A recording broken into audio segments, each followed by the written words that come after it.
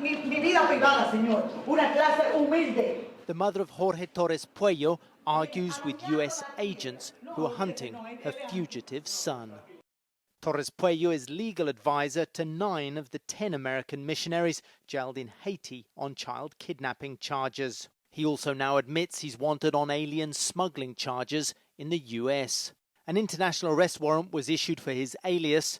In a phone interview arranged by his mother, Puello admitted he was the man Salvadorian authorities were looking for, but he denied the charges. Es la misma persona. Es la misma persona. It's the same person, but in the case of my son, you have to ask yourself who led him into problems, she says.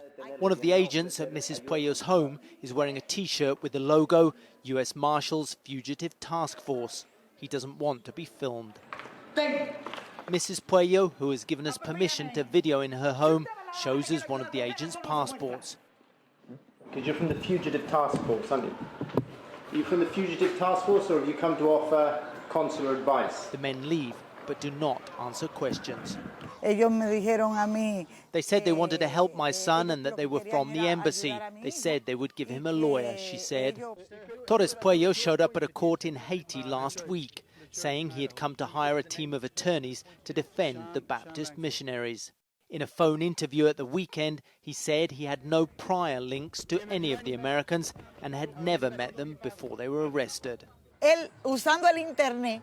My son found out about the missionaries on the internet. He contacted their church and offered to be their advisor for free, she says. Also at the house, Puello's stepfather, Franco Cherminara, who said the arrested Americans' families had so far wired around $40,000 to Puello to pay expenses and legal fees. He showed this receipt for a $10,000 advance, apparently signed by one of the Haitian attorneys. Cherminara said he did not know exactly what prompted his stepson to offer his services.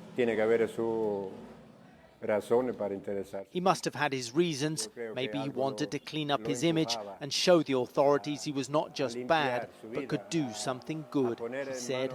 On the phone, Puello said he had done 12 months in a US prison. He said he was held 18 months in a Canadian jail when US authorities launched a failed bid to have him extradited on alien smuggling charges. US authorities were not immediately available to confirm his story. A Haitian judge is expected to rule as early as Monday on whether the 10 American missionaries can be freed on bail.